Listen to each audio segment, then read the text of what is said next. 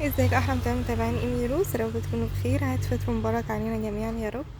اي نعم، الفيديو ده انا منزلاه متاخر جدا، يعني بعد ما عدى العيد، صلاه العيد اللي انت هتشوفها دلوقتي واجواء العيد الحلوه بكام يوم، لان طبعا مش عارفه كان مشغوله بقى وتحضيرات العيد وزيارات العيد، فالاشغال بقى خدتني لما هديت الحمد لله ما فضيت ونزلت.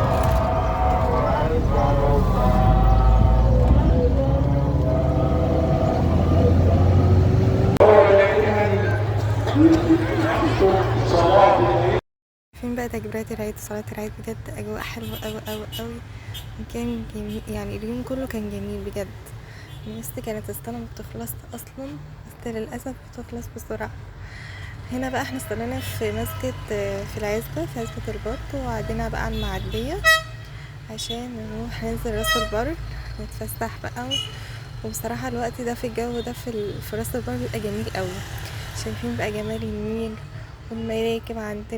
احنا عندنا اكبر اسطول صيد يعني في المحافظة عامة يعني، ومش في المحافظة بس، لا، في الجمهورية. فبجد اجواء حلوة قوي، وفي الوقت ده الشمس كانت جميلة جدا. بصراحة احنا كناش عايزين نروح اصلا، بس للاسف برضو اليوم بيجري بسرعة. هنبقى راكبين هنا المعدية، والمعدية لوحدها فسحة تانية خالص. احنا ممكن ساعات نركب المعدية رايح جاي رايح جاي، لان بجد هي لوحدها فسحة، غير ان انت تنزلي تمشي وتتمشي في راس البر.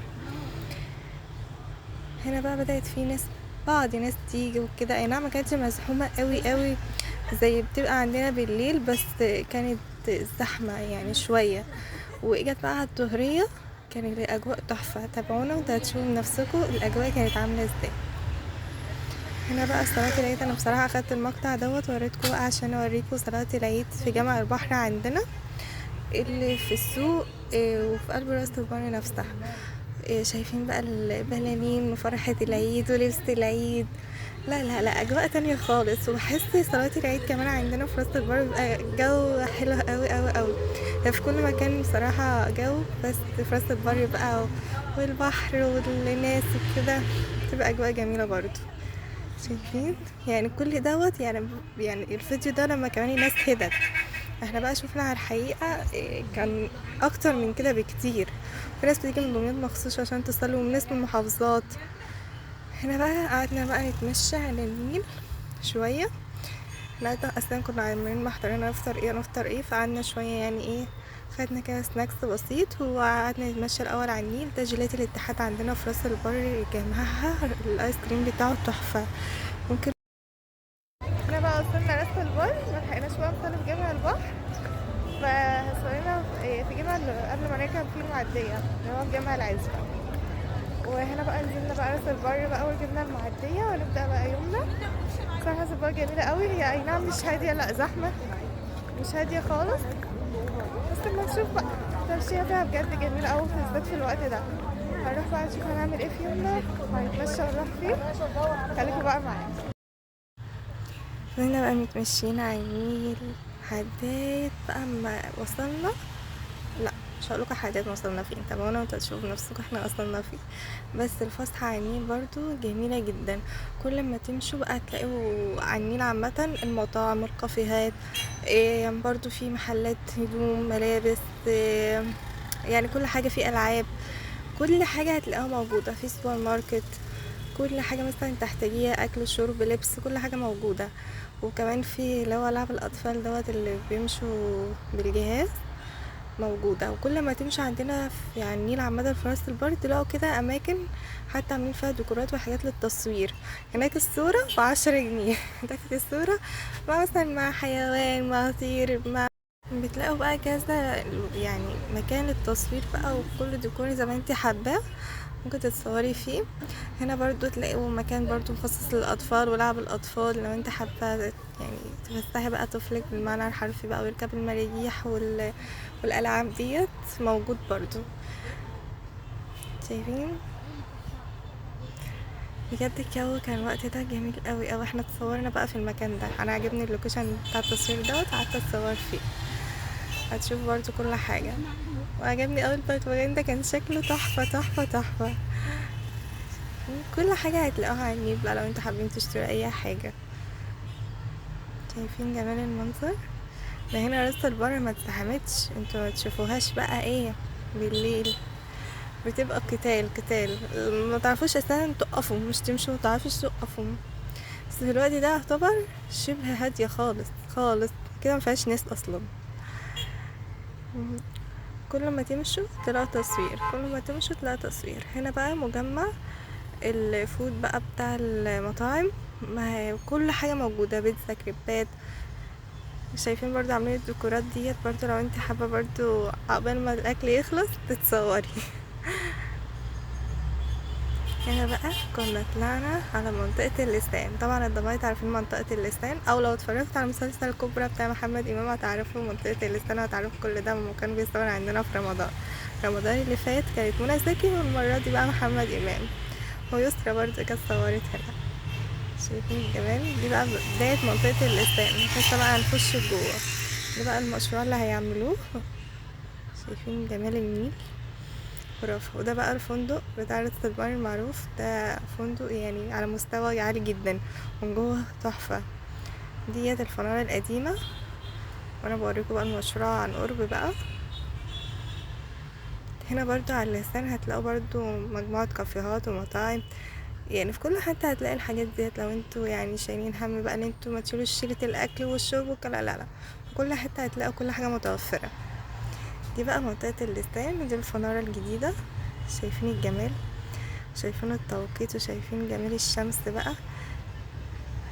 بجد منظر خيالي، منظر ما تحبيش تقومي من قدامه، تحبي تقضي، يعني انا نفسي اقضي كل بقية حياتي هنا في هدوء المنظر وجمال. شايفين بقى الناس ما بيعيدوا. احنا بقى كنا قاعدين هنا قدام الفنارة، قلت اجيبها لكم من فوق لتحت. دي بقى منظرها بالليل بتبقى تحفة كمان، لان بتبقى منورة فبتبقى جميلة قوي. المنطقة هنا بتبقى جميلة كمان بالليل، يعني كل وقت ولها سحر، هي سحرة في كل الأوقات يعني. وهنا بقى برزخ الفاصل ما بين نهر النيل والمياه المالحة، سبحان الله. احنا عندنا في دمياط برزخ من البرازخ الموجودة في العالم.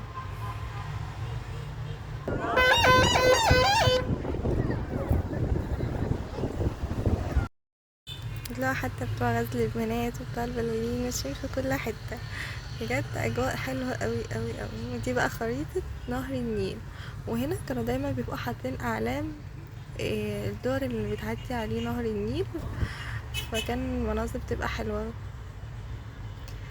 شايفين؟ لا منطقة الاستانة عامة برضو ساحرة، يعني تحب تقعدي فيها. شايفين؟ كل دي منطقة الاستانة عفوا. ودي بقى ناحية عزبة البرج اللي بتلاقوا فيها الأسماك بقى، وتلاقوا فيها المزادات بتاعة الأسماك والكلام ده. دي منطقة عزبة البرج، لكن دي منطقة راس البر. بجد اللي لسه ما خدش فسحة ولسه ما جاش دمياط ولا شاف حلاوة راس البر يجي هنا بقى السوق بتاع راس البر.